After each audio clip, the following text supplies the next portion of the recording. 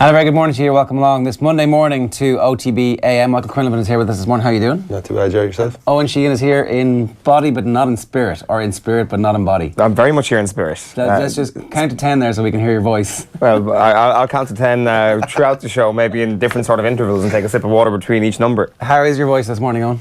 It's not great, I'm not going to lie. I kind of felt a little bit in trouble yesterday evening on the way back from Clonus that my voice wouldn't step up to the occasion this morning, and it's doing okay now, but give it 5 minutes, Ger, and I'll be screwed. You were a bit shook? A little bit, yeah. I felt like I had a stroke really yesterday after the game, to be honest. I'd never felt as emotionally exhausted and wiped out as I did. I just had to sit down on the terrace for about 20 minutes and just kind of stare into the middle distance for a little while. I just was baffled by everything I just witnessed, going from the kind of borderline fury really of some of the performance to the unbelievable ecstasy at the end, and a lot of it was vocalised, let's just say. And the start obviously is like this depressing, we're awful, this is terrible, we've left the best forward in the country at the moment completely free, and he's scored a goal on the point and they're killing us to the very end. It's like, that's the proper roller coaster.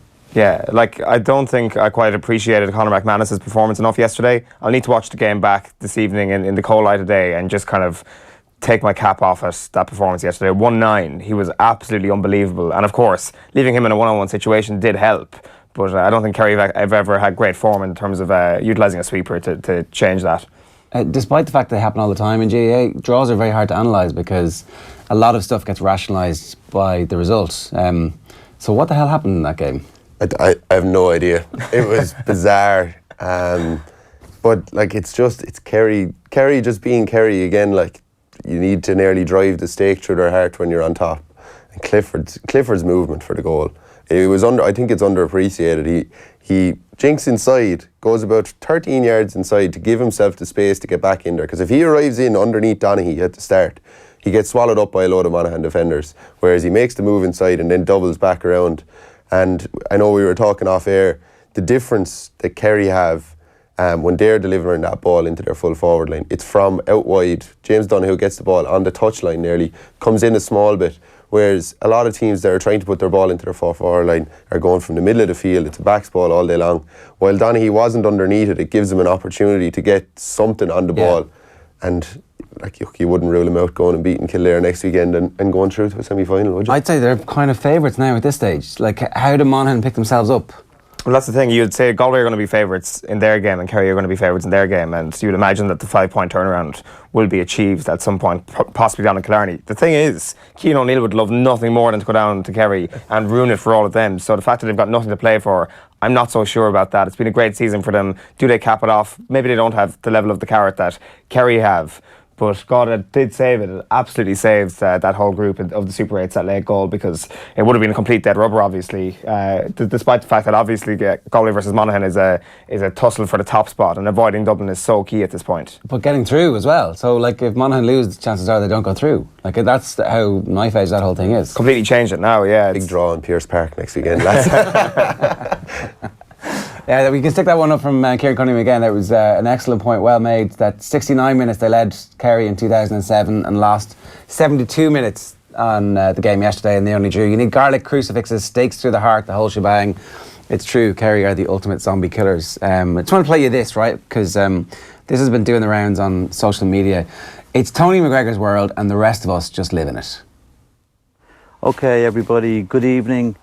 I just let you know about my travel experience on the Dart this afternoon. That's the rail system that Dublin City operate. It's called the Dublin Area Rapid Transport, something like that, DART, that's what it stands for. Anyway, I was none too plussed with my experience on the Dart.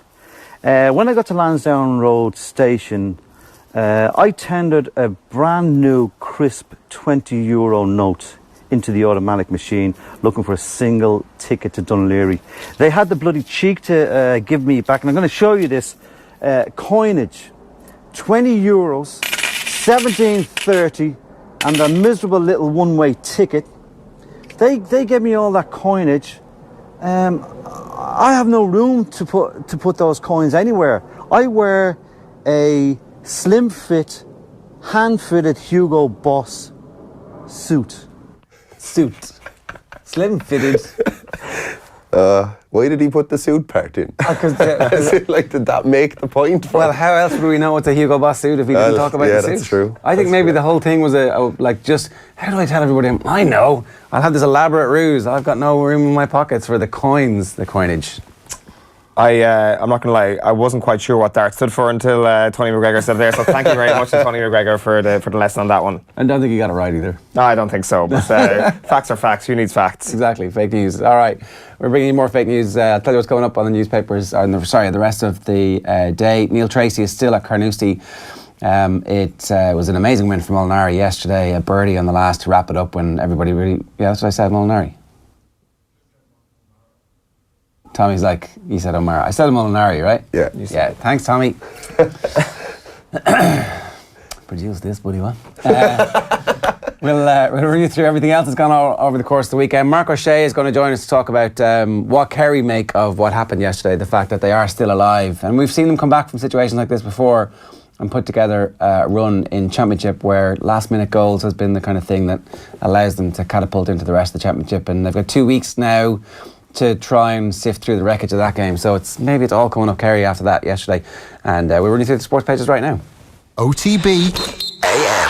Thanks to Screwfix.ie. Championing the trade with a dedicated call centre.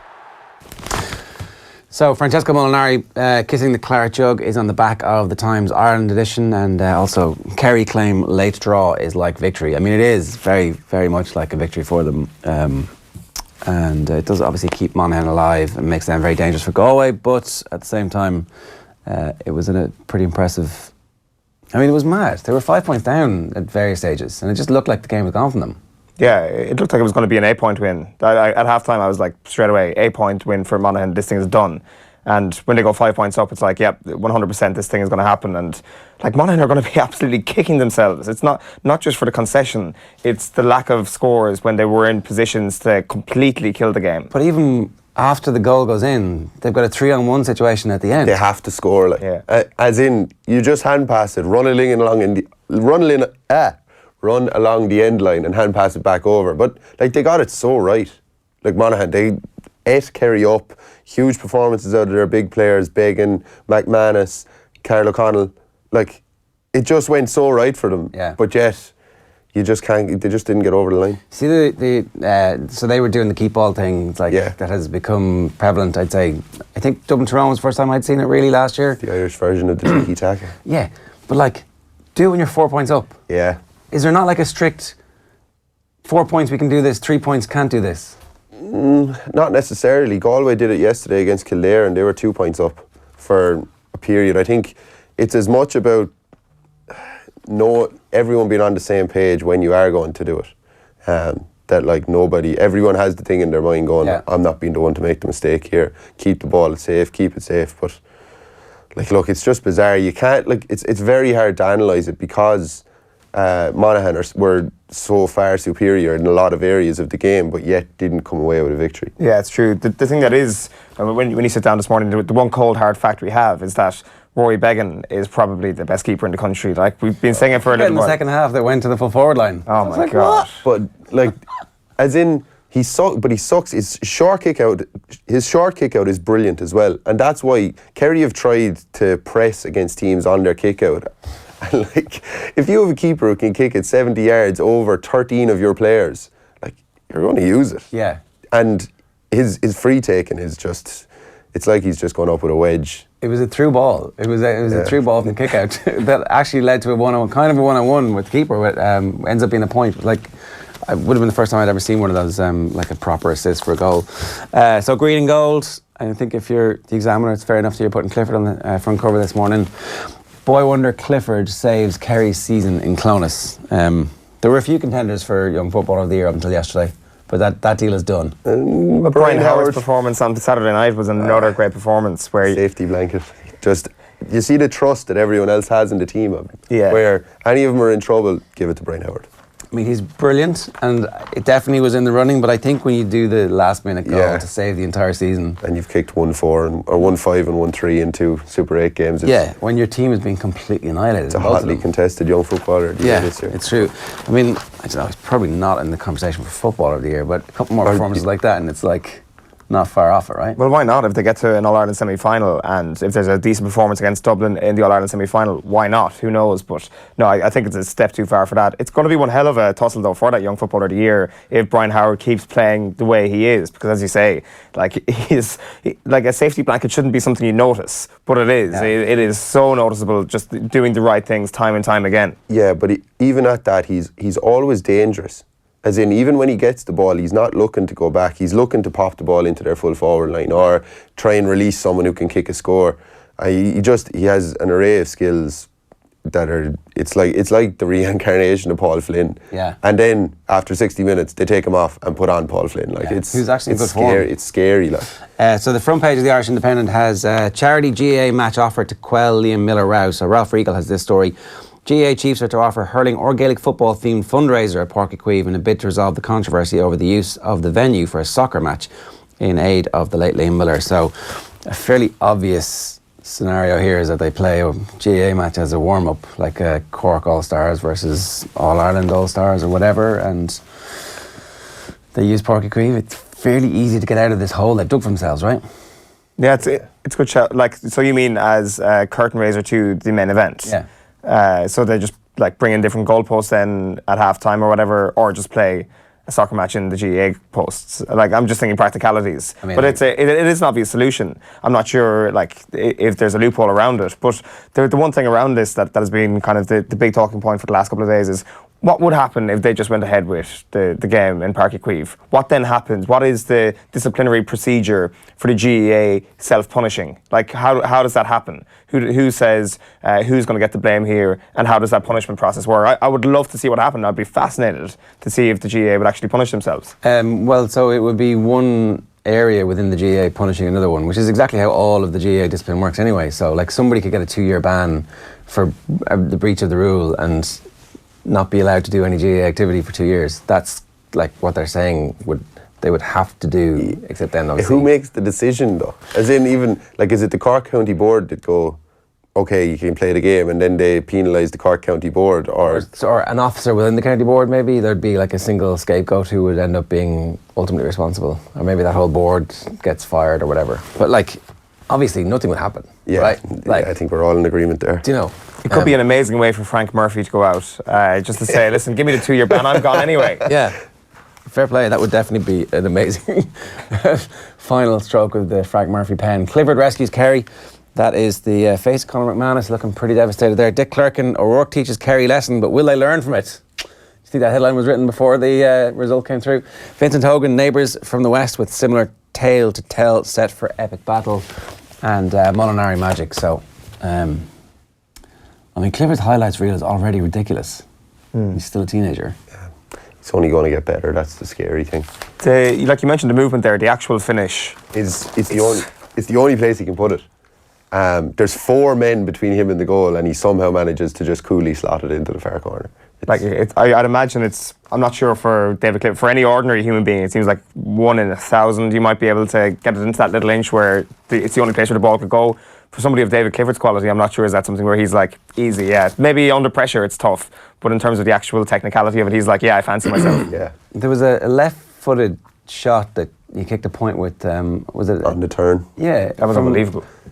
Casual. 64 minutes in, I think. Yeah. Was it? So it was quite late, but it was kind of like, 4-point game, 3-point game, 4-point game. It was almost, lackadaisical the way he kicked it. I was like, I haven't seen that before. And I'm right to say he was being dogged all afternoon as well. Yeah, he was. They were in his face all afternoon.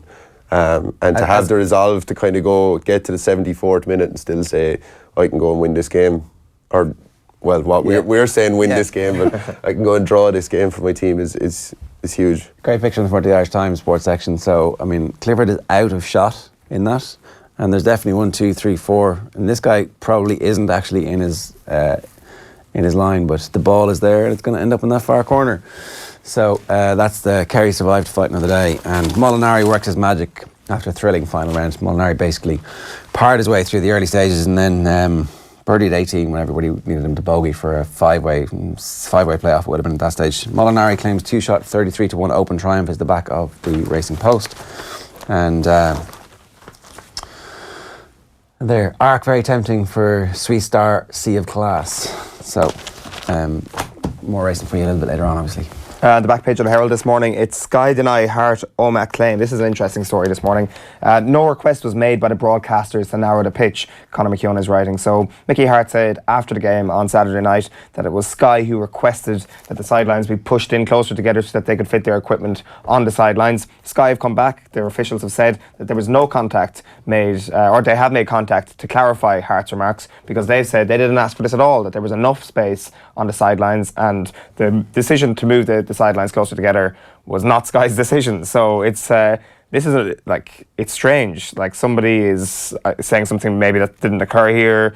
I don't know. Maybe there was a misunderstanding, and maybe things got lost in translation. Who knows? Yeah, the lost in translation is a definite possibility, because Mickey Hart had very specific details that, like, they needed equipment. And it would have been the sideline camera, wouldn't it? The one that the guy sits in and wheels around. Yeah, I mean, it's not like they haven't had one of those in Oma before, ever. No, it is tight. It is tight from the sideline to where the stand starts. Yeah. Would have been easier for him to say that we were just worried about health and safety. That seems to be the word that's been bandied around enough this summer. So I'd say that would have been an easier scapegoat for him. But this Sky one just seems a bit mad. Well, it's very checkable. You can ring Sky and they can say yes or no.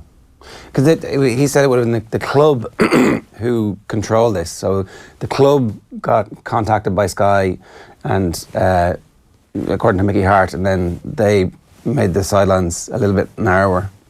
So it was it was lucky for Tyrone that happened, because obviously, you know, it changed the course of the game. Or did it? I don't know. It didn't make difference at all. It was barely over a metre, I'd say, was it, that they moved it in? Like, it's not a huge difference. It was hard to tell. Tyrone were also keeping men quite wide as well, which I thought was ironic. It was like, why are you doing that when you've narrowed the dimensions of the pitch? But yeah, it's a strange one. It'll be interesting to see what happens next there, to see if anything will shed more light on this. At the back page of the Irish Daily Star then is cliffhanger. David the hero, as Kerry set up tension-filled Super 8's finale. You've also got on the back page there, got Ozil ends time with Germany after what he claims to be a campaign or a victim of racism and disrespect, he says. And also McLean Eye's prem return. So James McLean has joined Stoke City, and as they look to get back to the top flight. The back page of the Mirror this morning is cliffhanger as well. Kerry's starlet David breaks Farney hearts at death to rescue his kingdom from Super 8 elimination. You've also got Mamma Mia, Cheer We Go Again. That's their Francesco Molinari headline. At the back page of the Sun is Good Golly, It's Molly. Francesco is Carnoustie champ, Drama Mia at the Open. And we've made hard O'Rourke of this, is the headline on Kerry. Colm O'Rourke, of course, in the aftermath, saying that it shows.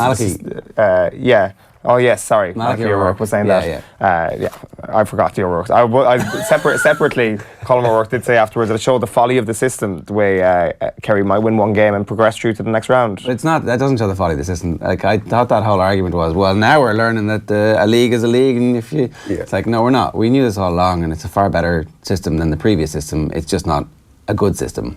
The old system was completely rubbish. This system, not great. There's a good system that maybe will be the next one. Yeah, you don't write an essay on the first draft though, so I'd say what they're hoping is this will be the catalyst for it, that in 2 or 3 years' time, when they go back to Congress, everyone will go, right, what worked well in the Super 8s, what didn't? Yeah. What can we do to make it better again? A bunch of games in summertime between sides who are evenly matched in provincial venues is really good. Yeah. And you could do that for every county. Every county could still be in action if we had a proper system in place. Yeah, I think the argument around the tiered championship is really starting to come to the fore now, where people are actually giving a bit more thought to it. The biggest issue for people, I think, is that they feel if they're in a lower championship that they won't get the same recognition or acclaim in a similar enough fashion to what's going on with the lower rungs of the hurling championship at the moment. Yeah. That'd be what I think is really putting people off. If you could guarantee that, you know, we're going to get, there'll be the same all-stars for the different levels, that sort of stuff. You can do that though. People would be more receptive to it. I imagine sponsors would love to be associated, because you actually end up having a selection committee for the third tier, a selection committee for the second tier. You can televise those, you can do all sorts of stuff around them. The television is the other side of it. And like, it turns out there are loads of TV companies who need to put games on TV. So we're getting to a stage though where you can use different platforms. It doesn't have to be TV. I mean, if there's an audience there for it, you can go with live streaming, that sort of thing. But like, look, that's a few years down the line yet. I think it's going that way though. People are. It's looking not that for far more. down the line, really. Yeah. Like there are enough cameras at matches to be able to stream. Like so, we're going to be streaming the Kilmacud Sevens this year, right? It's the first time that we've done it. We've done some basketball stuff as well, but like it's really easy. It's the quality isn't where it needs to be for like. So you couldn't say that we're going to be using the same broadcast quality, but like. Not that much money would upgrade it to what would be absolutely broadcast quality, and that's the expectation that people have, is that they want to see games. Like, it's really players like you who ultimately are going to be deciding whether or not people get in behind the notion of a tier championship. Like, would you play all summer if you thought that you were in Division 2 with a chance of getting into the Division 1 championship? Yeah, you would. Like, the biggest issue is where do you draw the line? Like, where do you say, right, we're going to have a 12-team Division 1 championship, or Sam Maguire, you're going to have a 12-team O'Shea championship, as Joe Brawley keeps harping on about, or is it 10 teams in the bottom? Then that's I think where you're going to have a few issues. Yeah. And the biggest problem is if there's one heavy beating in any of the divisions, it's, sure, this used to happen in the old system. We've not changed it at all yet. Yeah. You know.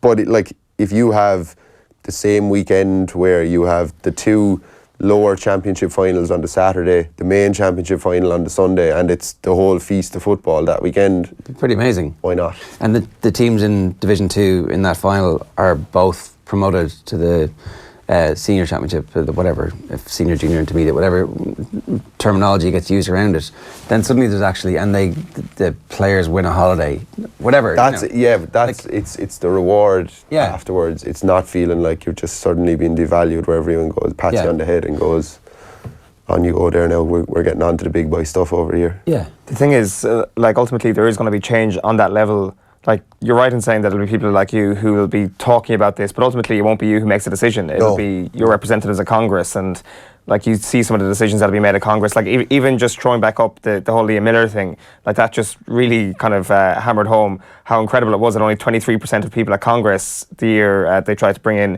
the foreign sports, so to speak, at other GAA grounds, only 23% thought that would be a good idea, when in actual fact, if we had that rule brought in, we wouldn't be in that situation. And you kind of think of that and you think of this kind of makes sense in theory, but quite often theory and sense doesn't come into some of the decisions made at Congress.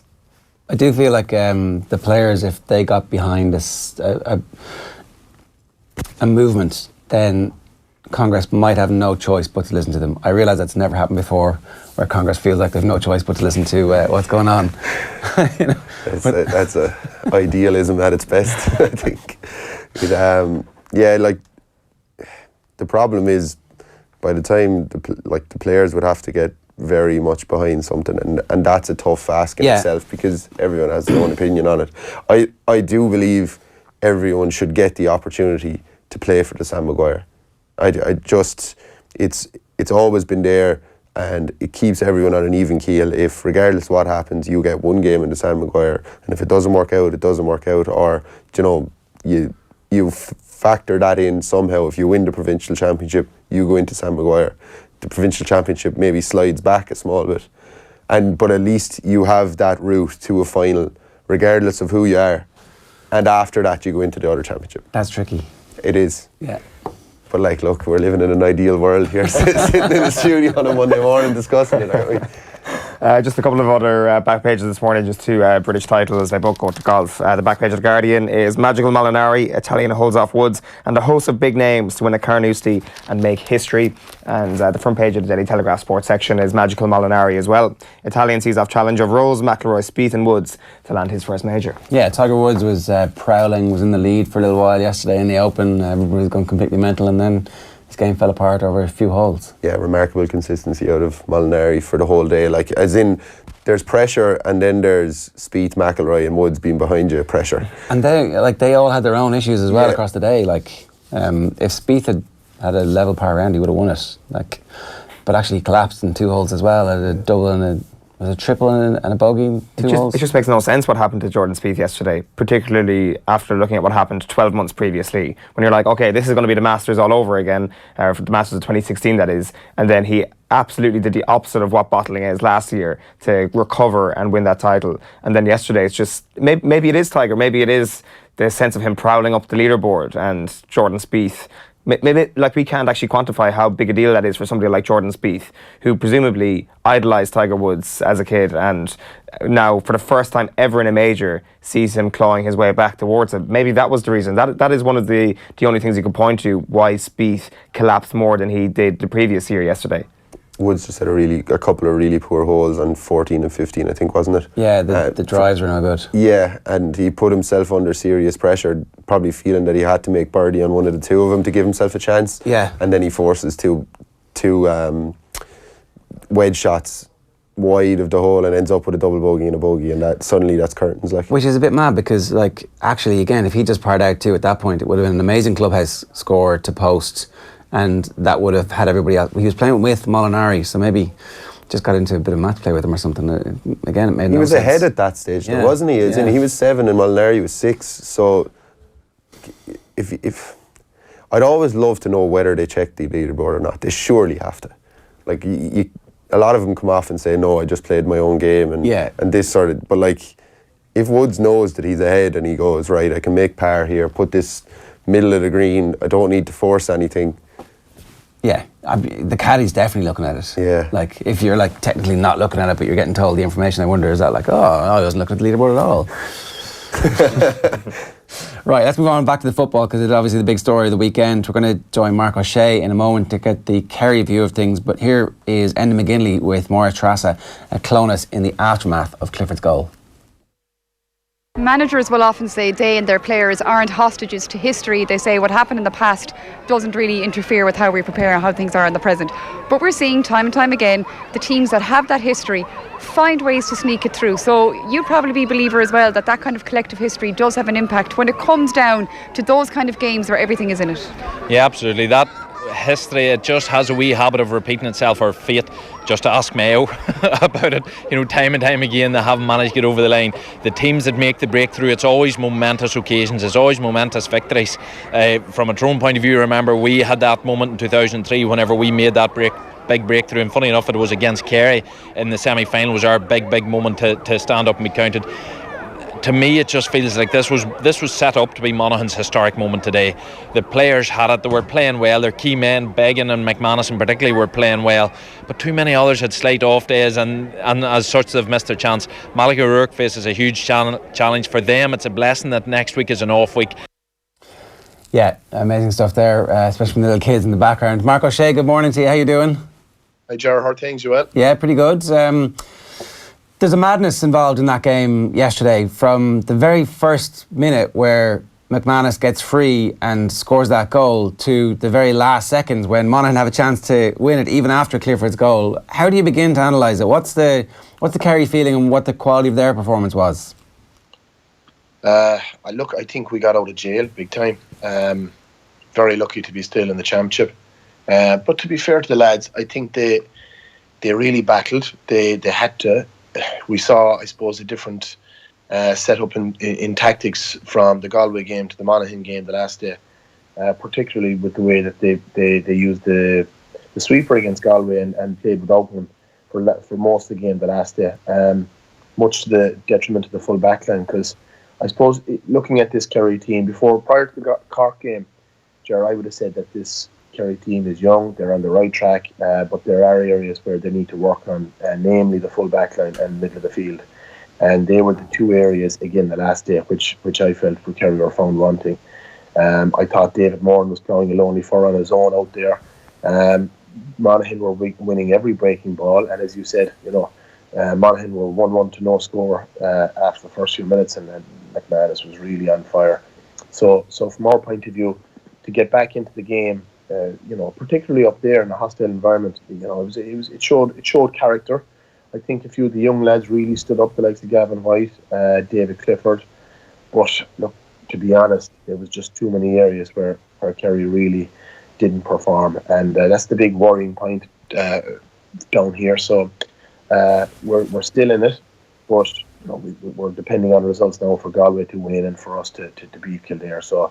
Not an ifs there, but I still think it's a Kerry are kind of finding new players, and it'll take time. But yesterday was encouraging in a particular point of view, but largely the bigger picture, Kerry won't be happy with yesterday. Just that whole notion of Kerry in the past coming through very difficult matches like this and using it as a springboard into the rest of the championship. The difference, I think, between your team that would have been able to kind of come through some of those games, you think of there's an Antrim game, there's a Sligo game, there's a couple of other games like that where clearly something was happening in the background, but that team was laden down with quality, experienced players. This team might have quality players in it, but there's a raft of inexperience in it too, so it's not quite the same. You can't just draw those parallels and say, this is Kerry being Kerry this year and they're going to bounce forward from this automatically. No, and I suppose you mentioned our team there.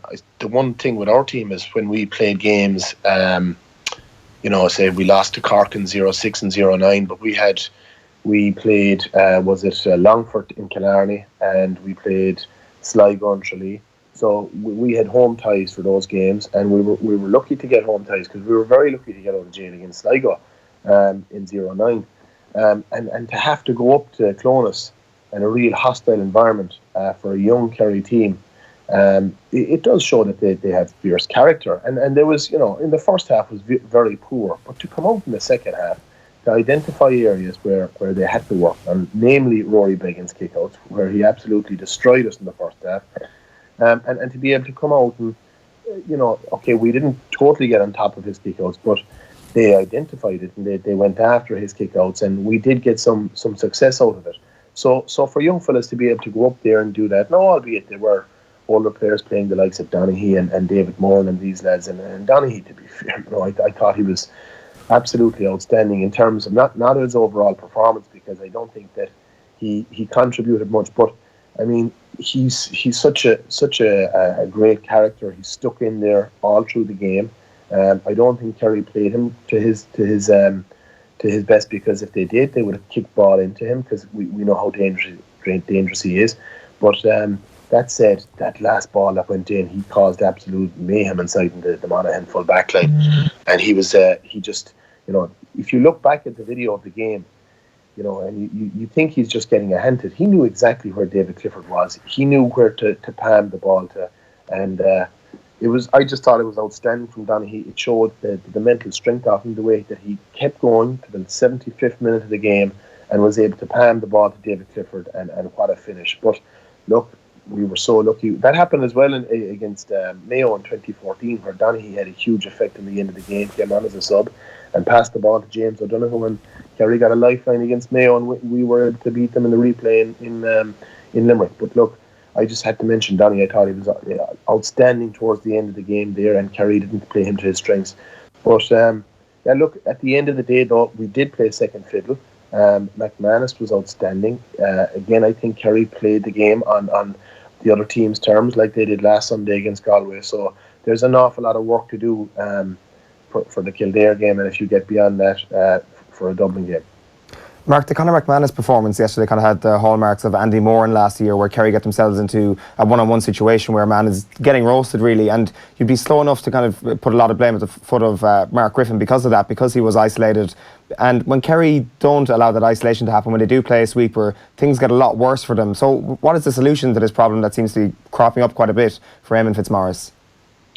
I think it's a number of things. First of all, I think if you're losing middle of the field, it's always a tough battle to try and win the full back line, for your full back line to do well, to excel.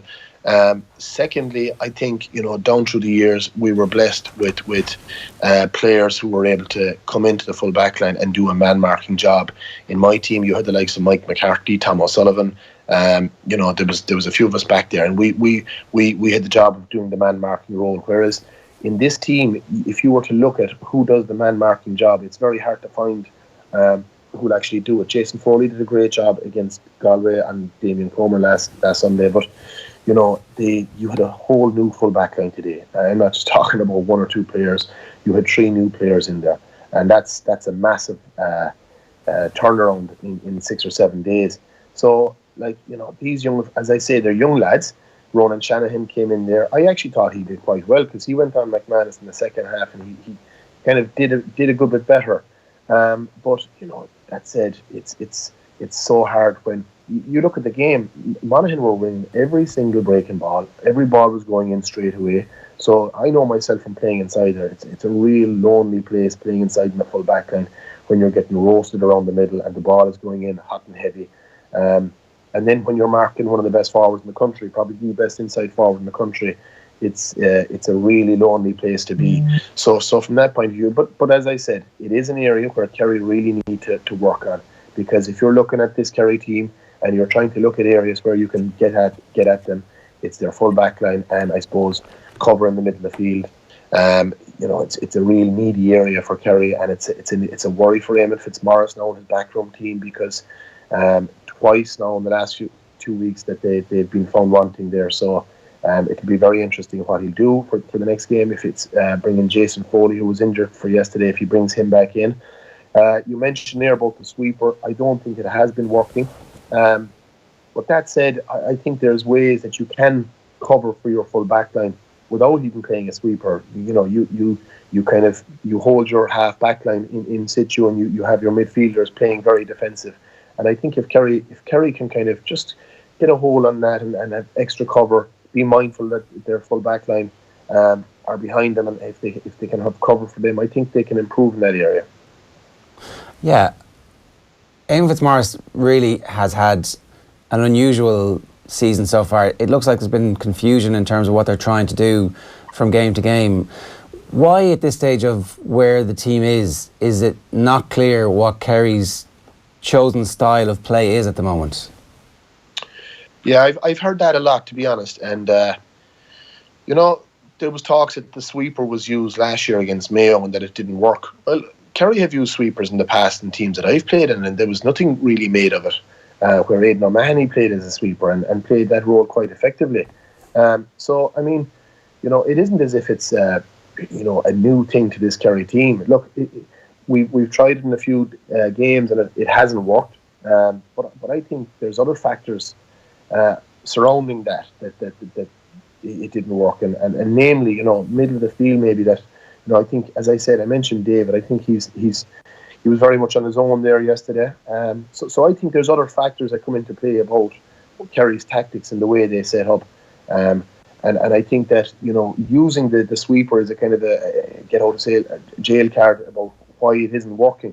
It certainly didn't work against Galway. I think that the game suited us to push up, whereas we played the game on Galway's terms and they were just coming straight through the middle. And the way that we were set up, the way Peter Crowley was playing it, I thought he should have been more in outside the D around that area, whereas instead he was inside in the 14 or the 21 area, watching the boys inside him. If he was out a bit further, I felt maybe he could have kind of played the two roles. He could have stopped the lads coming in and also be mindful of the fellas behind him. So when you are playing the role, I think you have to kind of define it properly, how best to use it, to use the sweeper. That was an area where Aidan O'Mahony, I thought, used to always do very well for Kerry, and but that said, there were other factors around it, particularly the dominance that Monaghan had around the middle, or Galway had around the middle, and the last day, I suppose, Monaghan as well. Do you think they know their best team at the moment, though? I don't think so, no. I think the full back line, he certainly doesn't know what he's going to do in the full back line. He switched his keepers yesterday. There was a lot made of the goalkeeper, about Brian. I still think, whilst he had a period there, all right, where he was under pressure, it was an improvement on the Galway match. Mid of the field, I think that, I've already mentioned David. Jack Barry, the last two games, he doesn't seem to be I suppose, the player we know that he can be, but that said, I made a point during the week that there's a big difference between pace and legs, and it's pace you're looking for coming off the bench. We've seen that in the past with the likes of Ryan or McMenamin from Dublin, and bringing on the likes of Donnacha Walsh against Galway after 66 minutes, I didn't think was the right option, because Donnacha, whilst he's in towards the end of his career, he still has legs, whereas pace he wouldn't be blessed with pace. I was thinking that yesterday's game, particularly the way that Monaghan play a running game, I thought it was crying out for the likes of Donnacha to be put into the middle of the field for maybe 40-50 minutes. and then, to empty the bench, bring on Maher, who did quite well when he came on the last day. But I just felt that it was really set up for maybe the likes of Walsh to come on and play in the middle of the field. Because we've seen the way the game has gone, the way that players have particularly Dublin, the way they've put players who are not necessarily midfielders and put them in there, and they've done very well. So I just felt that yesterday it was a game that was crying out for the likes of Walsh's legs and his energy around the middle of the field. Half forward line, Sean O'Shea was very effective from place balls, and I thought that people argue that he wasn't as influential from play, but I was surprised that he came off. Kevin McCarthy, Micheál Burns was industrious when he came in, but trying to find the proper inside line as well is going to be interesting, because Paul Ganey, it seems, is injured and isn't firing on all the cylinders. Donaghy was quiet. The ball wasn't kicked into him, so it's good. James didn't start. The one thing that we do know is that Clifford and Sean O'Shea were, for large parts, our two best forwards again the last day. So they're certainties.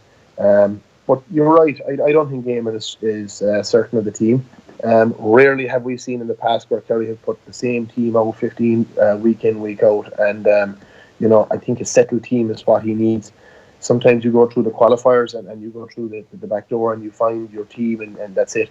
But, there's no time for that now. You've Kildare at home in Killarney, and it's very important that he gets a settled team. Mark, just picking up on the change with the keepers, is that a huge decision to make in the middle of the championship? Just from my own thinking, like if you're standing out under the ball as a midfield, it can be very hard to readjust when maybe you haven't been playing with a keeper week in, week out. And I thought Brian did pretty well yesterday. But it is a huge decision to make. And where does it go after this? Because Shane Murphy has been the number one pretty much all year. Do they keep with Brian Kelly now going into next week? Yeah, I think they have to, Michael. I agree with you. I think it was a strange decision to make, particularly when you're changing your goalkeeper up mid-season. It's a very strange one. And then you add that Shane Murphy was your captain. So I don't know, but I agree with you as well. I think Brian certainly improved. His confidence took an awful battering last year after the Mayo game. It's rarely you see a goalie kicking the ball out and it going over the end line. And down here, people tend to stick the dagger in.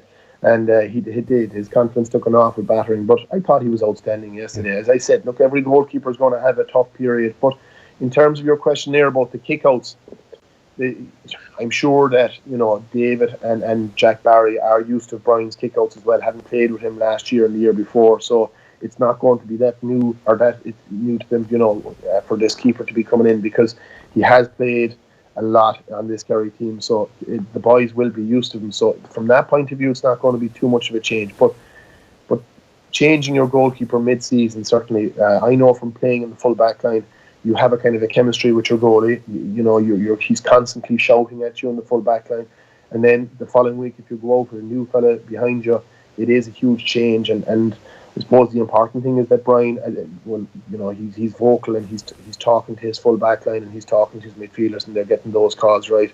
But look, they have 2 weeks now to get that right, which is good, as opposed to a week when the games are coming hot and heavy. But certainly, changing your keeper mid-season is a bit very drastic. We had Darragh Kinage on Friday, and he said that 2009 was the last time he could remember the vitriol being as strong in the aftermath as the build-up to this game was. Presumably that all changes now that they've had such a miraculous escape from Clonus, and the Kerry public gets behind the team this week and next week? Yeah, I hope so, because we're still in it, and I think you have to look at the bigger picture. You have to look at Eamon brought in 7 or 8 young players at the start of the year, and we before the Cork game we weren't giving Kerry a chance, and they were outstanding against Cork, albeit against a very poor Cork side. And then we saw that when Cork went up to Tyrone. So I think we have to stand back a bit and realise that this is a team in transition. This is a team that needs a bit of time. There's some fantastic young players that are going to do very well for Kerry in the future. It mightn't be this year, but I think we need to give them a bit of time, give the management a bit of time with them. the young fellas I mentioned, we saw young Gavin White there yesterday. He made a few bursts up the middle. It would remind you of young Jack McCaffrey. Clifford to score 1 goal and 3 points off scraps. Sean O'Shea was outstanding from dead balls. So I just think that there are some great young players there, but they do need a bit of time. And if we get a win over Kildare and Galway win against Monaghan, you're in an All-Ireland semi-final. And for young lads to get as far as an All-Ireland semi-final is a huge achievement. And I'd agree with that. I think that this team needs a bit of time, and hopefully they'll get good experience this year. But in terms of winning All-Irelands, I don't think that's going to happen this year. But, hopefully a year experience will give them that. Just one last one, Mark. How worried would you be from the perspective of James O'Donoghue at the moment? Like, not firing on all cylinders, was obviously dropped yesterday, puts in the key ball at the end, obviously, which is the counterpoint to all of this, but he's not as good. He doesn't seem to be firing like he was a few years ago. Is there something wrong, do you think, fitness-wise, that he's not reaching that peak? Because it can be a little bit frustrating, I'd imagine, to see the talent he has and it's not being reached at the moment. Yeah, I'd agree with you.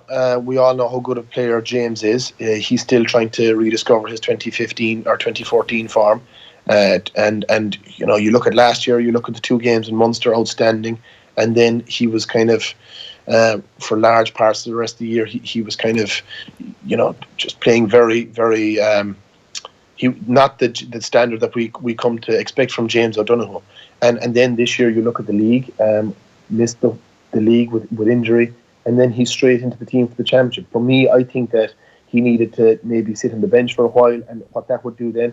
And I wrote about that in one of the articles. I said that they should have gone with Donaghy and Clifford and Gainey and bring on the likes of James as a sub, and that would create huge competition within the team. You see it in different counties. You see it in Dublin, fellas coming off the bench making a change. And I think that now the fact that James is on the bench, he realises he's there. There's going to be huge competition in training now over the next 2 weeks, and I wouldn't like to be a cornerback marking him now in the next week or two. But that said, I think that it's no bad thing having James coming off the bench, because you need a go-to player coming off the bench, and I think that's something Kerry have been lacking the last few weeks. And having a player of his calibre coming off the bench now, it'll ask questions of defenders who may be marking the likes of Paul Gainey or Kieran Donaghy or David Clifford, and next thing all of a sudden you're marking a James O'Donoghue coming off the bench and with a point to prove. So I think that it's about getting the balance right. We mentioned the Kerry team. I think that's one thing that Eamon did get right. He did get a few things right, because at the end of the day they got the result up there.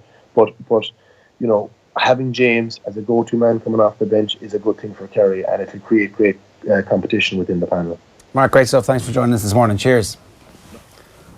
Mark O'Shea giving us his thoughts there. Let's bring you some Eamon Fitzmaurice post-match. Here he was reacting to Kerry's draw. Have a listen. We won the draw. We could have stolen it at the end. We were very nearly. We had possession at the end. Maybe the fact that the time was up, the lads rushed it slightly. We could have really stolen a win. But no, look, with a couple of minutes to go to get a draw out of it, I was delighted with that. They say hindsight is a great thing. Maybe when you look back now on the Galway game, do you wish maybe perhaps you had Donaghy in to be that man to get the high ball in? No, look, I think that it's easy to say things like that afterwards. Every weekend we go out, we have a strong squad. We use a lot of the lads as best we can. It's very much a squad game. There's very much a squad mentality there. 10 lads that, as I said already, 10 lads that weren't on the squad at all got in the bus in Kerry this morning to travel up and be here and be part of the group. So from week to week there's going to be changes. Kieran certainly had a massive performance today. We were looking to get him in at different stages last Sunday. It didn't work out for different reasons, but I think there was more than that wrong with our performance last weekend. Didn't work out for various reasons. You're saying Dermot Crowe in the Sunday Independent there was a rumour doing the rounds that it was something to do with the Irish Open? Something to do with the Pro-Am, yeah, playing in the Pro-Am. It's obviously, the rumour mill goes into overdrive at this time of the summer, so it could be anything really. But mind you, you did have the team on Thursday or Friday.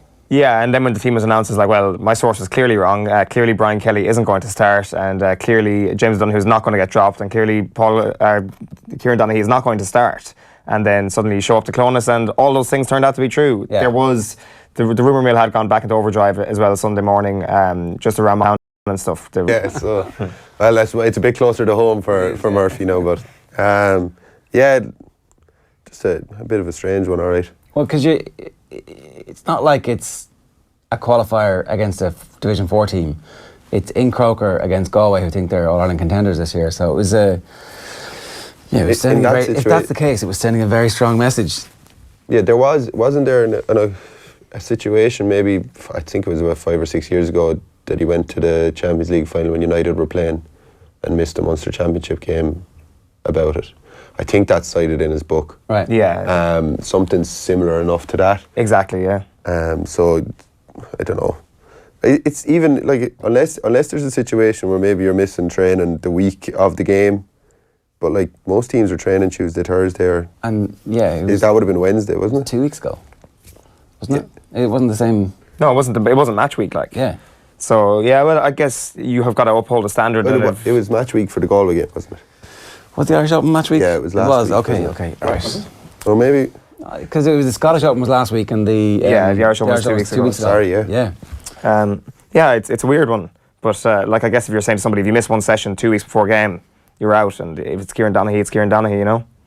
Yeah. It's like if only you hadn't really needed him in that game. Well, that's the thing. Once you're, like, applying that sort of punishment to that player, you're also punishing an entire plan.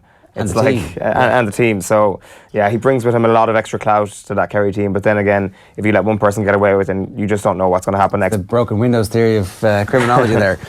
So how did Radio Kerry call the goal? That's the question that everybody wants answered. Have a listen. Brian Kelly comes outside the 21. He'll pass to David Morton. David Morton needs no more urgency now. That ball needs to get to the other side of the field. Now Micheál Burns in the middle of the park. Micheál will put it out to Gavin White. Gavin with a burst of speed puts the ball out to James O'Donoghue. James had put a high and mighty ball in, looking for Kieran Donaghy. Kieran being held inside. Kerry still have it. Attack! It's a goal! It's a goal! A goal by Kerry. David on the far side. Saviour. And who does it? David Clifford. David Clifford has salvaged something. It's 117 to 117, Ambrose. Now we'll go for the jugular, Tim. That's a fantastic goal. High ball in from James O'Donoghue. No more than down Kerry by the deserved. staff. And a great finish by David Clifford. Bottom left-hand corner. Bullet. 117 to 117. Yeah, what will the referee play? Yeah, madness. There was a brilliant angle from the still photograph where it's like he's pretty much on the touchline. Like he's a yard out from the touchline. With his, well, I'm not going to say weak or right foot like here, but with his right foot. That one there, that's it there. After kicking 2 wonder scores off his left during the game. It's just, It's extraordinary. What foot is he? So is he He's left-legged, yeah. Like it's absolutely unbelievable. Like God, that angle is just... That's Maradona against Belgium territory. Like it really is. It's so, like the area is so small. It's just having, because like the perceived angle when you get the ball there is like, I can go anywhere with this, just get it on target and hope for the best. Whereas it seemed that Clifford there in that split second realised that there was one tiny opening and he had to hit it exactly there. And that's exactly what he did.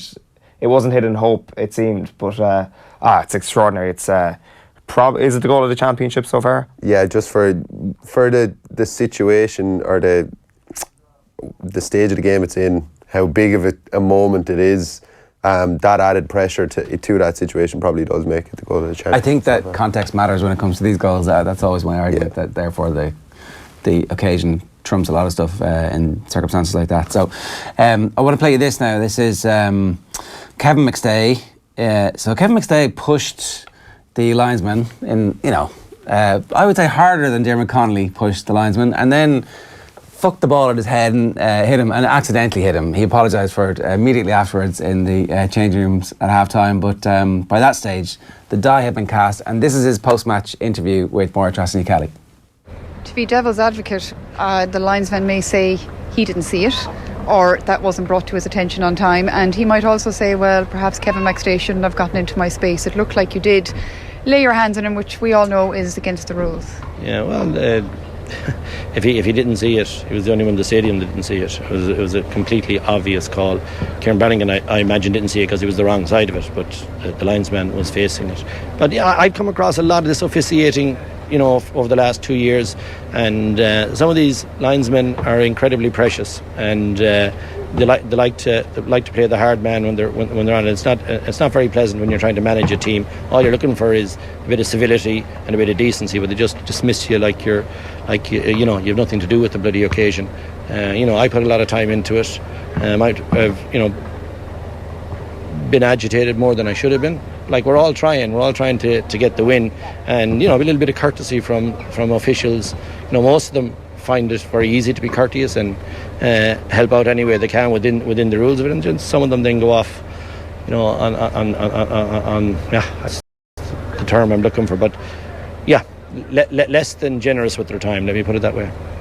Kind of now, would you say you regret your actions, or do you think what you did was the right thing for you and your team? I apologised. I apologised at half time to the referee.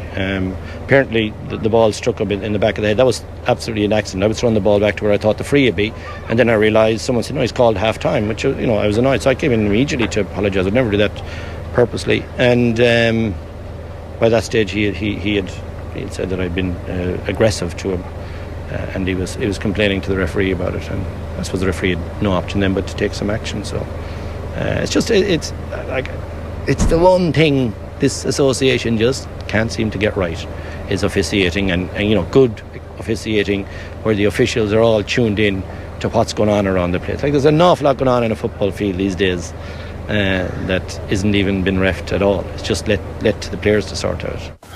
It's a good point that the refereeing and the quality of the officiating over the Super 8s hasn't been great so far. It's hard to make that case though when you're a manager and you're pushing the linesman. Like, would you volunteer to be a linesman if that's like, I don't think there was that much in the incident, but you have seen Dermot Connolly suspended and now not playing football, I would argue probably as a direct result of that incident last year.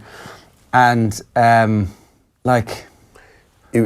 the actions were definitely wrong. Okay, I think everyone's kind of in agreement about that. But I listened to the longer clip on Kevin's interview, and what he was saying was, like, he went over to remonstrate with the linesman because the linesman is standing 2-3 yards away from where the ball is. Whether or not he saw it, like, all Kevin wanted maybe was for the linesman to say, sorry, I was looking that way. I'm trying to see 3 different things, but instead he just gets blanked or go away, which I can understand, because all you want is just a bit of, it's nearly accountability, like, as in he just wants him to say, like, to be honest, Kevin, I thought he got the ball, or something like that. That's a genuine answer, and I think that's why he was so annoyed about it after the game.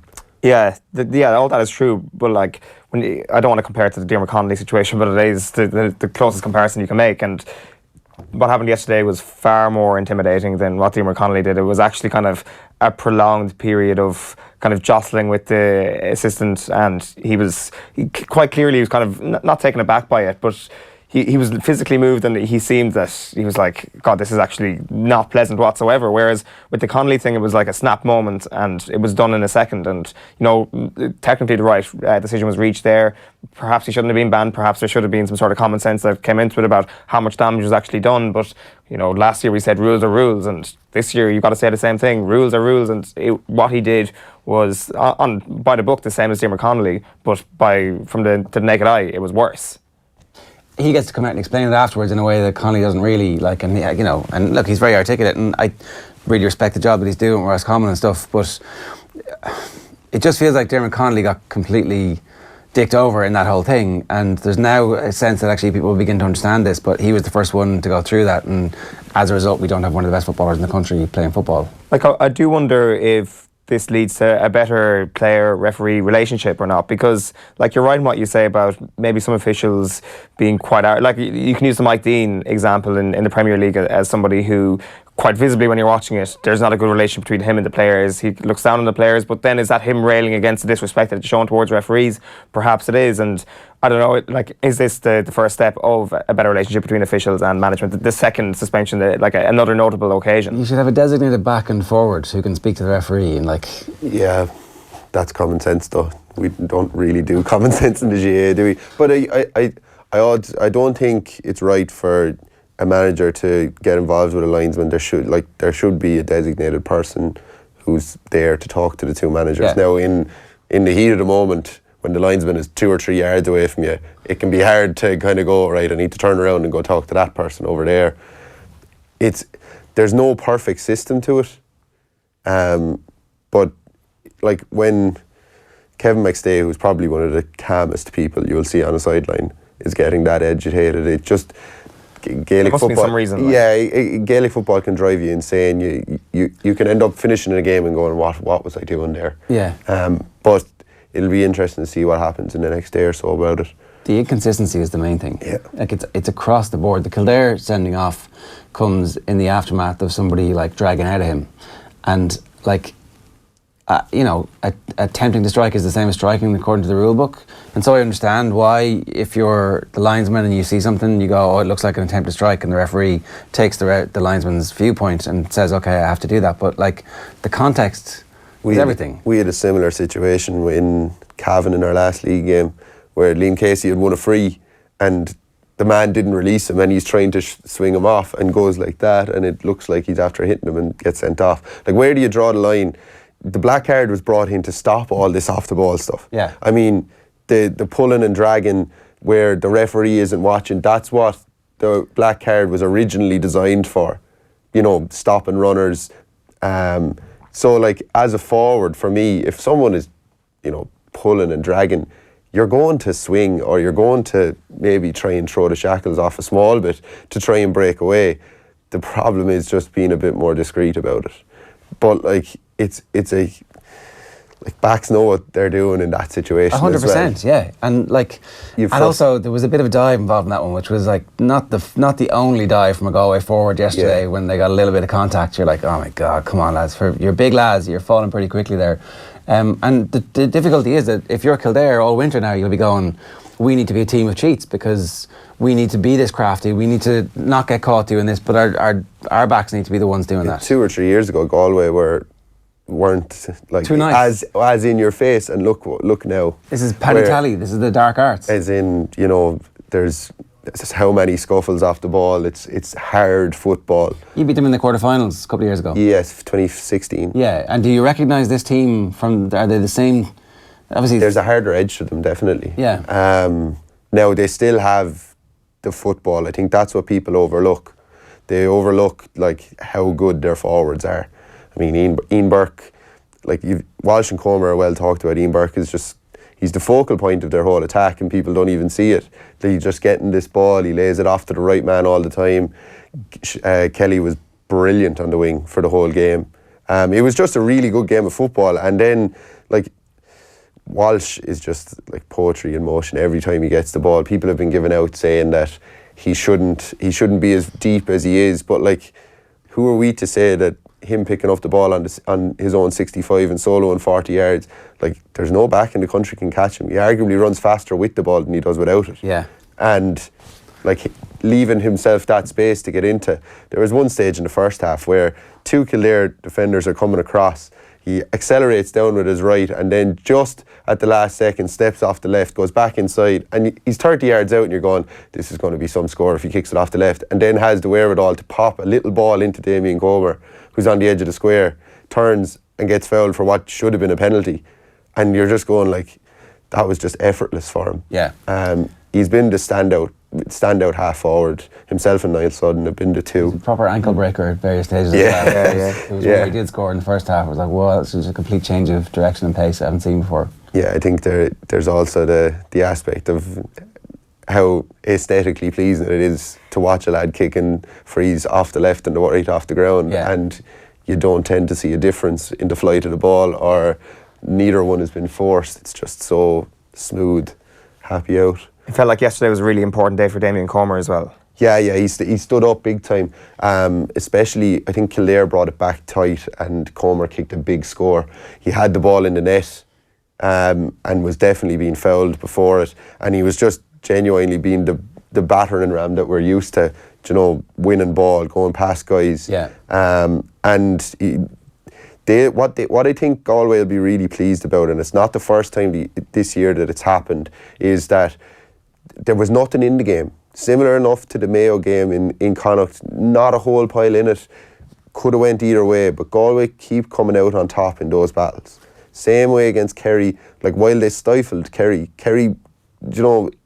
they were still nothing in it until they get the goal with 5 minutes to go. They've pulled a couple of huge results out with 5 minutes to go or in injury time. Yeah. And that bodes really well for them going into a semi-final, and because in a lot of situations it can be who holds their nerve when you get that far down the championship. That is the hard edge that you're talking about as well. Like if they do lose the final group game and do end up playing Dublin in the All-Ireland semi-final, I don't think they're going to mind too much, are they? I don't know. I don't think they want to meet Dublin until the final. I really don't. Just the amount it would bring their team on going to an All-Ireland final. They may not have enough to get over the line against Dublin this year, but certainly like their leaders are 24, 25. They're similar enough age to Fenton, Kilkenny, and they'd be hoping that this would be the catalyst for 3 or 4 years of a huge battle between the two of them for All-Ireland championships. They also really don't want to lose. You don't want to break your momentum. I don't think they will. I think they're clearly a better team to Monaghan at this stage. I think so, yeah. Like, just on the semi-final thing, like, do you feel that like Dublin are a different beast in the semi-final than they are to the finals? Because there is this kind of thing bandied about that Dublin haven't really shown up properly in the All-Ireland finals to date. And I don't know, maybe even if you look at 2016 that we were just talking about there, like, I'm not sure, was the Mayo that you faced in the semi-final, was that the same Mayo that we saw in the final, or what did you think? Mayo certainly fronted up to the Dublin challenge that year. I thought in the final they were really physical. They would claim they probably only played for about 15-20 minutes against us, where they kicked 1-6. But yeah, the thing with Mayo is they grow when they play against Dublin. They really feel like they have to. You can see their forwards are working 15-20% harder. They're getting a huge return out of their half-back line, and everyone is really, ready to go man on man. I'm not letting my team down here. Yeah. And Galway have that.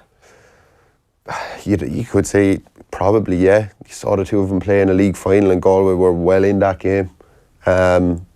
It's just like Galway's bench did really well yesterday. O'Donnell came on, made an impact. Varley, same way. Armstrong was in the game. They were giving him that impetus, but I don't think they have the same. I don't think they're at the level yet where it's McMenamin or Costello or Paul Flynn, those guys coming on, and I think that's still where Dublin have the edge. Yeah. Galway's overall performance, like the fact that they kept Kildare in the game even though Kildare were down to 14 men, is that a little bit of a concern, or is that just how these games go? Like, it's an away match, you're up against a team who are fighting for their life, who feel injustice. Like, we shouldn't expect them to be swatting aside the challenge of the Kildares of the world at the moment. Kildare played really well.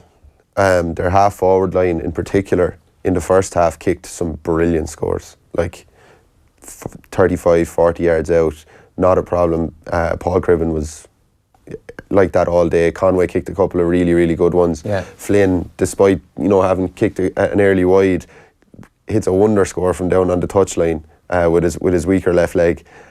So, like, while Galway would be disappointed maybe that they let it be as open as it was in the first half, they just couldn't get their sweepers back quick enough. They have a lot to work on going forward, mainly just because in the first half they coughed up the ball a small bit too much, and the opposition's 45, and they had 5, 6, 7 players out of the game, and Kildare would break fast. And the problem for Galway is if they beat, they're going to come up against something similar against Monaghan. And even if they beat Monaghan, they're more than likely going to come up against something similar again against Donegal or Tyrone. So, like, if you're those teams trying to suck Galway out, let them put 5, 6, 7 players into attack and then hit them at pace. That's what Kildare did in the first half. Yeah. And it meant, and in fairness to Kildare, they were able to kick the scores. But Galway will be pleased. Like, Kildare were brilliant in the first half, and yet Galway going a point up. Yeah. It's kind of similar to what their hurlers are doing at the moment. It's just, you never really feel like they're in trouble. They always have a small bit more in the tank. Here's the Galway manager, Kevin Walsh, speaking with Dave McIntyre after the game. I presume it was a good game to watch. It really was. Look, again, I think sometimes we can go overboard with our analysis of the side of what games are like. I think it's, look, if you're at a party, it's a nice crowd there to enjoy it. So at the end of the day, there was supporters in there shouting and roaring. I suppose you didn't have that last week in Croke Park. You mentioned a few of those openings that were created, and there were certainly points to be taken, but your lads Damien, Shane, on a couple of occasions they wanted to go for goal. Is that just a licence you've given those guys to kind of play these situations their own merit, or in those situations in a tight game would you rather they were just clipping them over? Again, we'll have to look at it again. You know, you probably saw the game much better than I did. You know, I'm always looking at different things out there, but you know, something like. But we do want fellas to try and express themselves as well if there's chances there to go at it, and maybe at the same time, you know, but game management would be the biggest thing. Maybe there's a few times there where you should have put over the bar, but in fairness, it's hard to blame guys for going for the jugular as well. So, yeah, I look at it. We'll take the win and just learn from it. Yeah, and keep rolling. So a brief chat about the best forward in the country at the moment. It's hard. It was a weekend of sensational performances. Murphy's performance was amazing. McManus was brilliant. Shane Walsh, Clifford.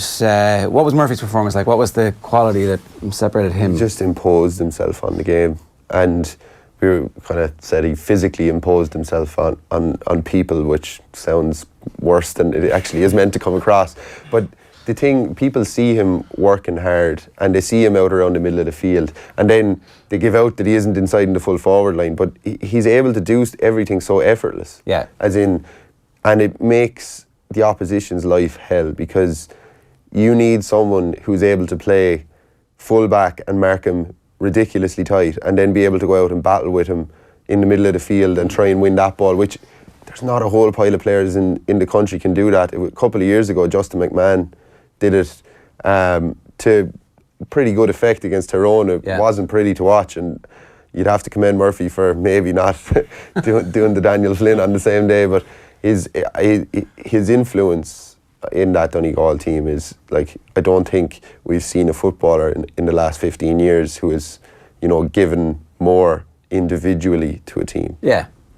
Which is fair enough. That's what I mean with my LeBron person. It's like, I think they've more than just as in McHugh is a bit better than J.R. Smith, let's say, like, you know, so they were those players, like, I mean, at the weekend you kind of, because Murphy was shooting the lights out, it was just kind of like, hang on a minute, Oran McNeilish has suddenly rediscovered that form that he seemed to have lost, and like they desperately needed that second weapon after Paddy McBrearty had gone, but still you can't help but just think about the possibilities that would have been there for Donegal this year had McBrearty stayed fit. Yeah, I don't think Murphy's role becomes as much of an issue if McBrearty is there. Sure. As in, everyone isn't thinking we need him in there because we don't have McBrearty. He can go in and spend 5 minutes inside and then come back out for 10, or it's just because they've had a huge loss, and McBrearty is massive. But as you said, they'll be really pleased that McNeilish kicked 3-4 points from play. Both feet. Yeah, which and they need that. I think they'll need that in Croke Park. Or in Ballybuffet in 2 weeks' time. I think one of the unintended consequences of the Super 8s is that we actually get to spend more time in the company of the best forwards in the country in good weather when they've had all the training and they've started to build up patterns of play with everybody. And that's why there'll be far better individual performances. Because, for example, it's more than likely Donegal / Monaghan might both already be gone from the championship under the old format at this point. And the fact that they're not means we're seeing them play extra games, and it's just better, right? Yeah. This element of it. Yeah, for a player, you probably get into a bit more of a pattern of, you know, how you can play. The problem for years was, like, you play most of your football in February till the end of April. Yeah. And like, the ball isn't as quick. It's not your turn isn't as fast.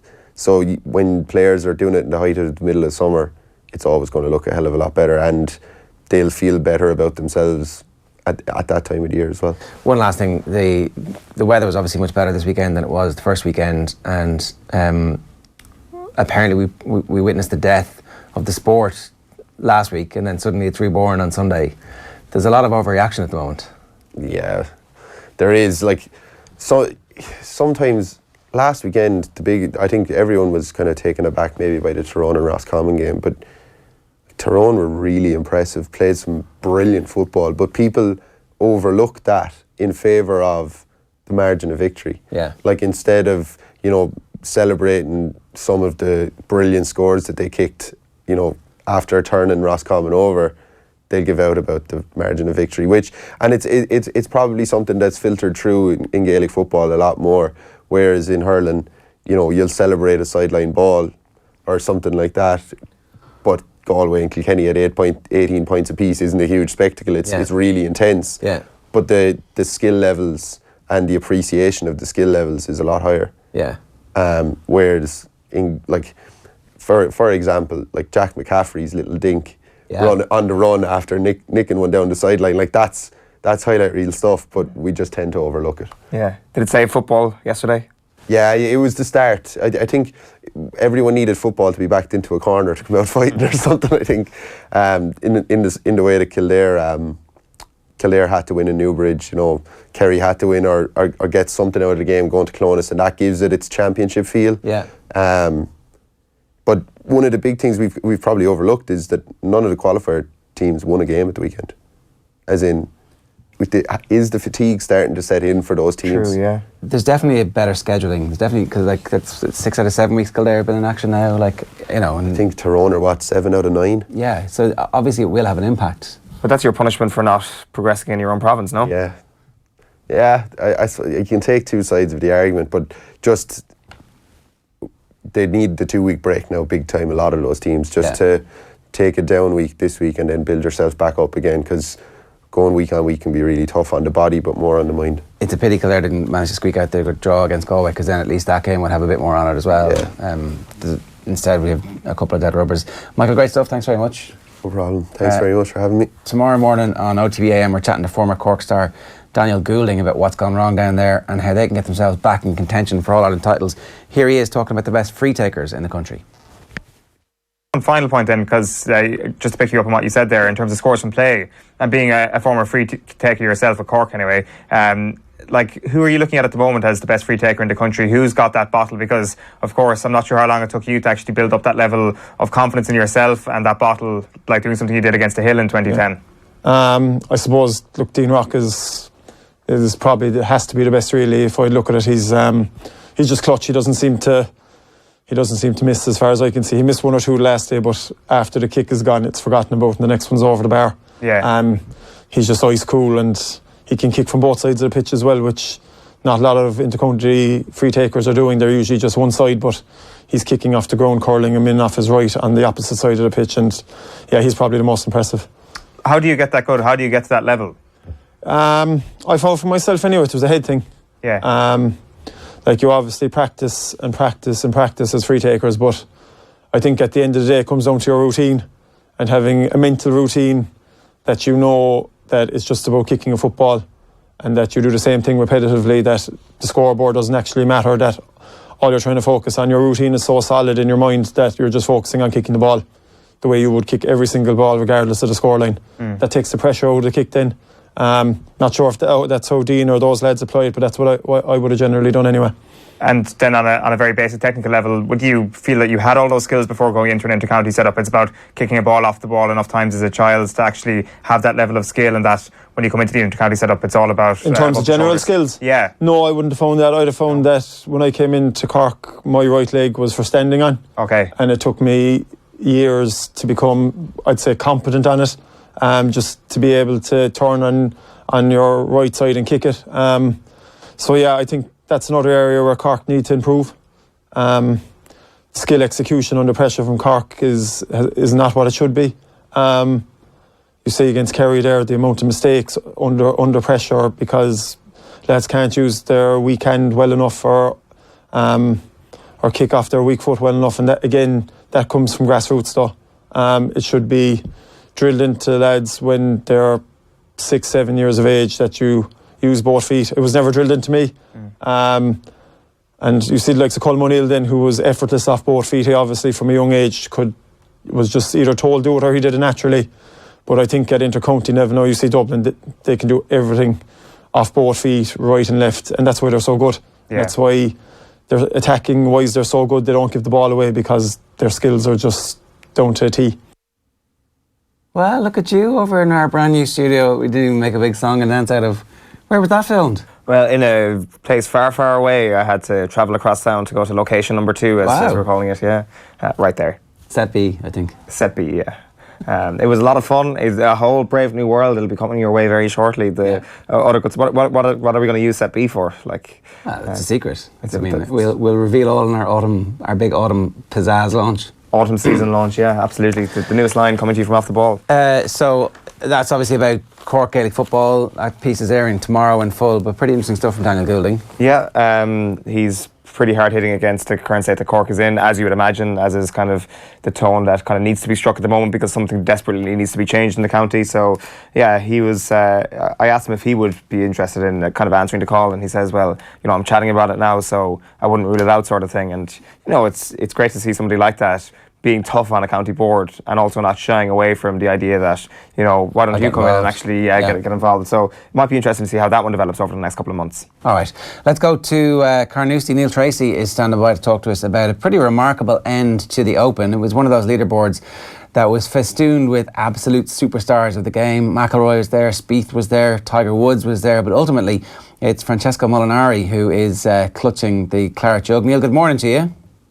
Morning, guys. How are you doing? Yeah, so talk to us a little bit about what the excitement levels were like yesterday afternoon, because, it's exactly how any major organiser wants things to be. It's completely up for grabs, and Tiger is in contention around the turn on the last day.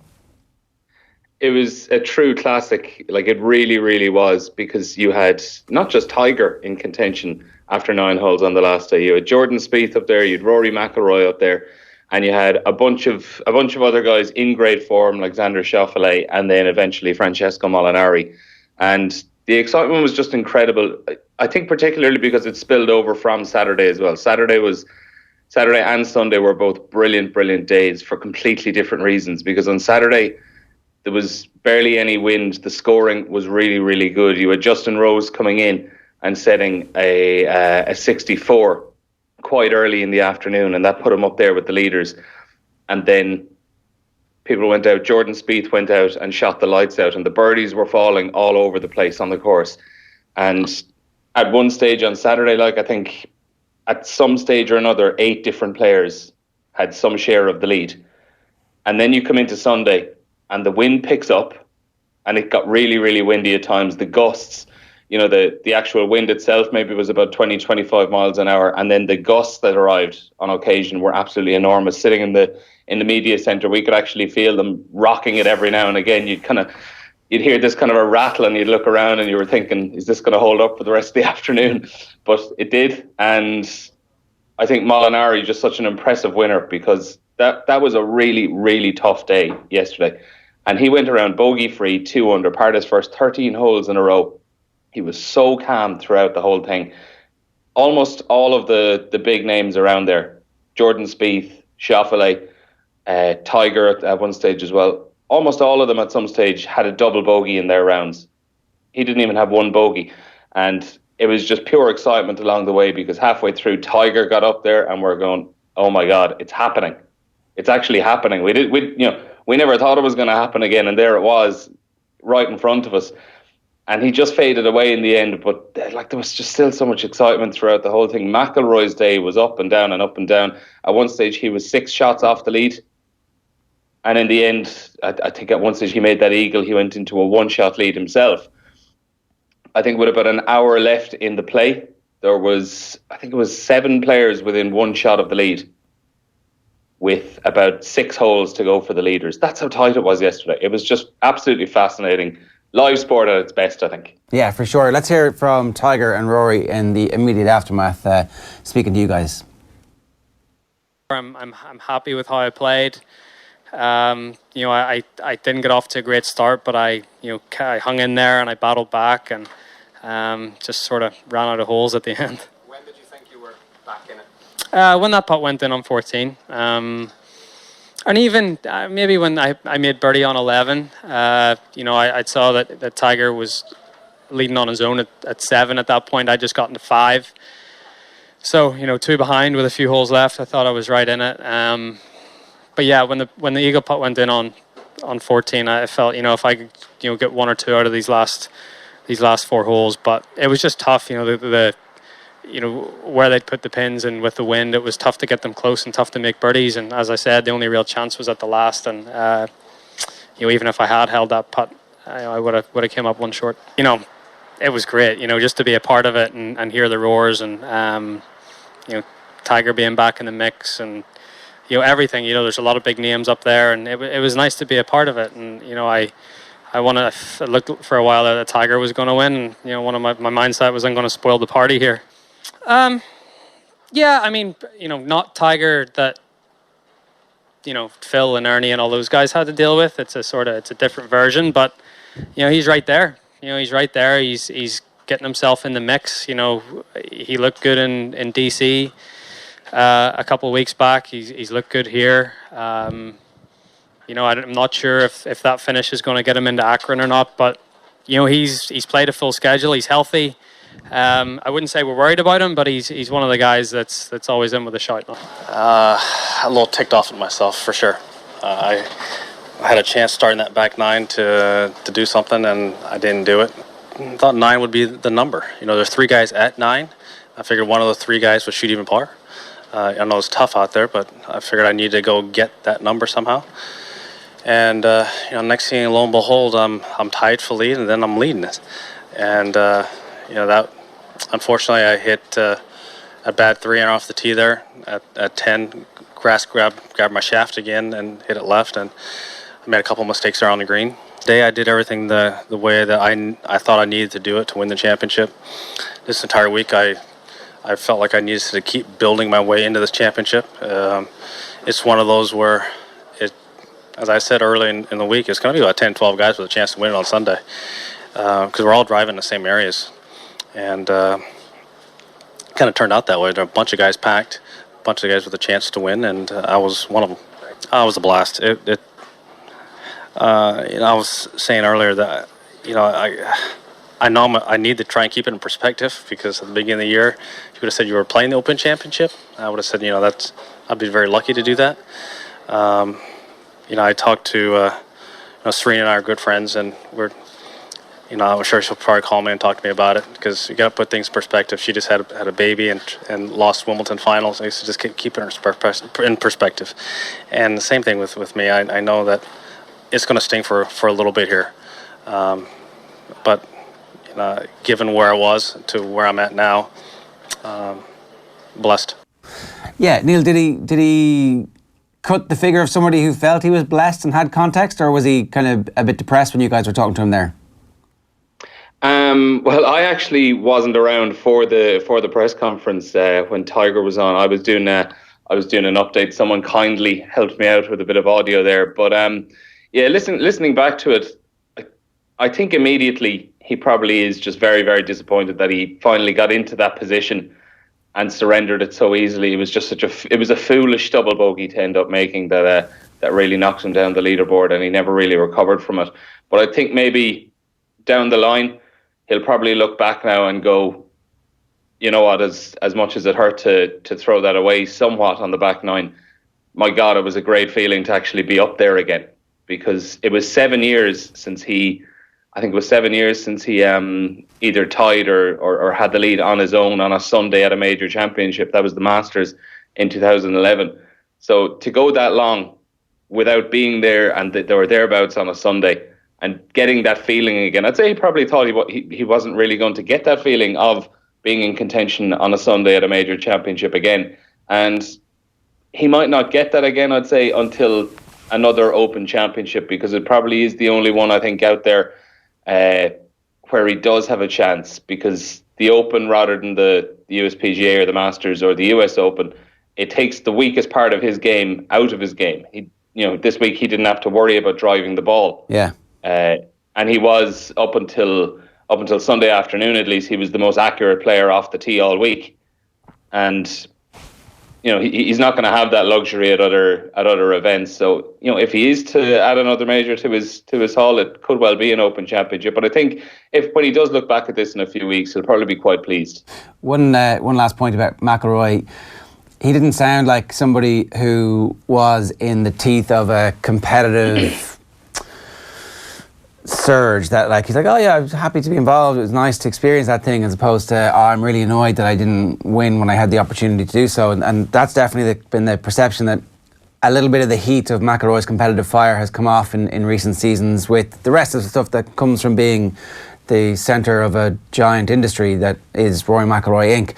And yet the opposite side of that is he was way off the lead and he had to fight back really hard with the birdie on 11 and the eagle with that giant putt, which isn't something that we always associated with Rory McIlroy, even when things were going well, that if he went out of convention, out of competition, contention, that actually his shoulders would slump and he would let the whole game go. So there was enough good and bad in microcosm from McIlroy yesterday for you to be able to paint both pictures on the back of this Open. Yeah, I'd be inclined to go on the positive side, to be honest, because I think throughout this whole week, we didn't really at any stage see that point where, as you mentioned, the shoulders slump. And we've seen that so many times from him. I think he putted well this week, better than he normally does. Those 2 putts yesterday, that one for birdie, which was I think it was about 45 feet, and then it was 39 for that eagle. Like, they were enormous moments. And overall, he played quite well, I think. And I think that's probably what he felt coming off the 18th, that, you know, maybe there was he probably left 1 or 2 shots out there over the course of the week. I think occasionally he played bad shots and he followed them up with good shots to get himself back into position. I can remember, I think it was on Saturday, there were 3 absolutely vital par saves on the back 9. Yesterday as well, 16 and 17, 2 of the hardest holes on the entire golf course. And he found himself in a world of trouble on the 16th. And managed to make a long enough par putt, and then on the 17th he had a huge sand save. So even though he missed that birdie putt, which was, I can't remember now, maybe about 12 or 15 feet on the 18th hole, he was probably looking back at it going, you know, those pars I made at 16 and 17 were almost like birdies in and of themselves. So, you know, all in all, he had probably picked up 1 shot on those closing 3 holes. So I don't really think there was much more he could have done. I think he played very well all week, and it was just one of those weeks where someone just about played better than him. Do you think that some people who are kind of calling for maybe a change in Rory's caddy or kind of a drastic alteration in his setup at the moment, do you think those people now will change their mind, that it was kind of a season-shifting sort of performance from him over the past 4 or 5 days? No, I probably don't too much. I think the issue with the caddy is something, if people were calling out for that, excuse me, all season, it's just going to still rumble on until he starts winning things, you know. Probably not so much a season-changing event. It probably turns what has been a kind of a disappointing little run into something he can build on now and actually go and target the PGA Championship. Yeah, I mean, I thought that maybe somebody who could read the greens, who was like being at Carnoustie before, would have been useful. There's a few putts that were like, oh, it's about 3 feet offline. Somebody been like, what about over here? Did his putting get better over the course of the week, Neil? Like, I mean, does that kind of show that perhaps Rory kind of figured it out to a certain extent, and that when it comes to the feel of the putter, it's starting to come back a little bit? Well, I think the greens in general, a lot of the putt, they were relatively flat at Carnoustie. They were in absolutely fantastic condition as well. While the rest of the course was playing like a rock and the fairway was quite thin, the greens were in absolutely immaculate condition. And I think if the greens had been a bit harder during the week, something like level par or 1 under could have actually won the entire tournament. So that probably kept us. It allowed for a little bit of scoring. And as I say, they weren't the most difficult greens to putt on. They were in very good condition. But he did putt, slightly better than normal. He had quite a few long putts that went in. I think in the end he was up around maybe the top 15 overall in putts gained per greens in regulation. It's not shooting the lights out like Jordan Spieth coming into the final day was second. I think maybe Xander Schauffele was first, but it is quite a bit higher than he normally is. All right, good stuff, Neil. Thanks a million. Take care, guys. That's Neil Treacy from Carnoustie, where he's been putting in Trojan work. It's good to see angry Tiger back, where he's annoyed with himself. I don't think he's pleased. When Tiger's not pleased, he's playing well. And was that a little bit of a deliberate dig there from McIlroy when he was saying that he's not exactly something that they're going to be overly worried about over the next period of time? Maybe it was just kind of mid-flow and kind of didn't really mean anything too much by it. But I can kind of see that being pinned up on the dressing room wall in Tiger Woods' setup. the fact that Rory McIlroy thinks he's not much to be worried about. Yeah. I want to show you this picture. So we were talking earlier on about the David Clifford, the angle from, it must be the opposite touchline. And so there you go. Look at this. That's Diego Maradona against Belgium in the World Cup semi-final. I want to say it's semi-final from 86. They win 2-0. It's like Maradona's crowning performance. The thing is, though, from the Maradona picture, that was a wall that had just broken up. Shut up. No one knows that. So, am I saying that David Clifford is a better sports person than Diego Maradona? Take it back off for a second there. Go on, yeah. Say that again, because I won't talk over you this time. Am I suggesting that David Clifford is a better sports person than Diego Maradona? Without question, sure. No, I'm being sarcastic. There is an iconic nature to that immediately. That photograph, yeah, that's the one that I think forever is going to be the one that because we were talking about his highlights reel, and there are his school playing days, his minor playing days, there are highlights reels, but like already on YouTube with hundreds of thousands of views. But this is like in Clonus against Monaghan in their biggest game in their history, that they've performed above and beyond their own expectations. They've been brilliant all match, and you are rescuing it at the death with allegedly your... No, that's not his weak foot. Did he kick it right-footed? It is his weak foot. It was right-footed from over there. Yeah. That's mad. How did he hit him with his right foot from there? But it would make sense. I mean, if it was his left foot, it would have been crazier. It would have had to be with the outside of the left boot. So it was obviously with the instep of the right. Okay. So his right foot, he's kicking it this direction. Yeah. It's incredible. Like, it will be defined, though, by what happens over the next couple of weeks. Like, if Monaghan don't get beaten in Salt Hill. I don't know. I think that, like, this year, in the David Clifford story, this is the beginning of something that, like, that type of stuff is now the expectation. The bar is set so high.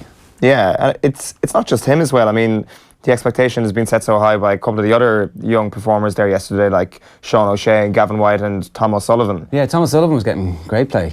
Yeah, like I didn't really see much of the analysis, but it's good to hear that he was kind of singled out by people afterwards, like, because he's been a starlet really, and he was kind of thrown in the deep end in the replay against Mayo last year. Can't really recall him being bad in that game, but it was obviously a harrowing experience for everybody on the pitch that afternoon. So they've learned from that. He's come on from that. Sometimes you got to fail to succeed. 3 quick comments for you. Arthur Black Pudding, how you doing, Arthur? This week's game showed the benefit of not playing in an empty Croke Park. Should be used for crowds of 50,000 plus only. Conor McCoy is pissed off, and so is Damien Britton, and they're both Monaghan fans. Conor McCoy says, lads, you've talked about Kerry for the last 15 years. They were lucky yesterday, and little or no talk about Monaghan and how good they were. I know they're a GA superpower, but who cares if Kerry are in transition? Half the teams in Ireland are in transition. And Damien Britton goes, what are you asking? Why did it go wrong? Or where did it go wrong for Mayo? I'm going to start this one again. Why are you asking where Monaghan went wrong? Kerry were the favourites. Where did it go wrong for Kerry? Monaghan gave one of the great displays in years, and you ask where it went wrong? I'm a very proud Monaghan man, and still in our hands. Kerry need a favour, not us. Well, Damien, I mean, you should have won that game. Should have won that game. The game should have been over in the first 10 minutes. It should have been 1-6, 1-7 in that first 10 minutes. Ball's getting dropped into the keeper's hands, wide from both sides of the posts. McManus kicked a couple even, or one at least in that first few minutes, and they just let Kerry back into the game. And then at the end of the half, they get it up to 5 points, and then Clifford just kicks what looks like a meaningless point at the end of the first half to bring it back down to 4. Yeah, like they should have racked up 123 yesterday at least, Monaghan, but I can see the point. Where did it go so wrong? Like, ultimately there were far more positives than negatives in Monaghan's performance yesterday. The thing is, the negative is that they didn't win the game when they were by far the better team yesterday, and that is one hell of a negative, not seeing that game out in that fashion. But like, the idea that Galway are absolute dead certs to beat them in Salt Hill is just not true. I don't think many people are actually going to be saying that over the next fortnight, because it's going to be one hell of an occasion there once again. And I agree with the first commenter as well there, that, you know, playing everything outside of Croke Park until the All-Ireland semi-finals may now be a path that the GAA need to look at. If Dublin want to play their home game in Croke Park, then so be it. But other than that, the rest of the Super 8s games outside of Croke Park makes a big difference. This weekend just gone was helped by the venues, not just the football. The venues helped the football, you could say. Ah, it's the 82 Belgium game. Are you sure? Dave McIntyre's been in touch to say the Belgium game is 82. Did they play Belgium in 82 as well as 86? Because they definitely played them in 86 in the semi-final after the England game. Anyway. Played them twice. Played them in 82 and 86. Okay, so maybe that's the 82 jersey then. OTB AM is live with Screwfix.ie, championing the trade with a choice of over 20,000 quality trade products. Just want to talk briefly about the cycling. So the Skyrider, Giovanni Moscon, has been sent home from the Tour de France, ejected by the organisers for smacking one of his opponents at the start of very early on in the stage. So it's hard to see. It's over in the kind of left-hand side here. He just looks back and smacks at the back of his hand. But this guy has a bit of a history. He's already been on a warning for a charge of racism by the team, found guilty of that. And Sky said if there's one more incident of a similar nature, we'll sack him. Now, they haven't sacked him. They're going to wait until the end of the tour and try and find out what's going on. But it's funny how Sky have been obviously the focus of a lot of negative publicity, and then one of their riders goes and ramps up the publicity on them by misbehaving. Or shifting the goalposts, who knows? It's weird though, isn't it, to see like violence coming up between people within the peloton, because like we often say that the peloton is knit by things such as camaraderie, omerta in a lot of cases, and quite often it's all buddy-buddy. Of course, that's not always the way it's been, but you would very rarely see a rider punch somebody else. Like, imagine being that guy when you get punched. It's like, what the hell did I do? I wonder what he did do. What was the reason for him like acting out like that? It's strange. It's weird. Yeah, it doesn't make any sense. It's obviously things very, very tense in Sky at the moment, despite the fact that they've got the yellow jersey and the best cyclist in the history of cycling. Or maybe it's more honourable to do that than kind of just drop out and say, I'm exhausted in the middle of a stage and abandon. I'd rather get sent home than abandon. So he just decided to punch the nearest cyclist. I would do that. I think that's a very good way of, kind of... It's like at the end of a game when you're knackered and you know you're getting subbed off anyway, you may as well commit a dirty black card foul on somebody and get black carded off instead of getting subbed out. Anyway. May as well leave a mark on someone, Yeah, you can take somebody out with you. All right, some transfer news for you. James McLean has joined Stoke from West Brom for 5 turning 6 million. Kind of a statement like, yeah, West Brom, fans were good. That was basically his tweets. Not too much love left at the end from him.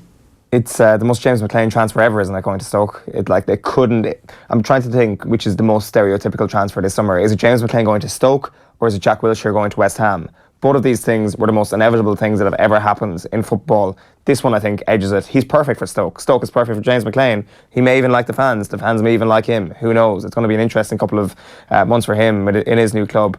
But you wish him all the best. It's like he fits their style of play, you'd imagine, perfectly. Wolves have agreed a $5 million deal for Portuguese star João Moutinho. The 31-year-old midfielder has 113 caps for Portugal. Is going to cost just $5 million, according to reports. And then it just says here George Mendes, so you can put all that together.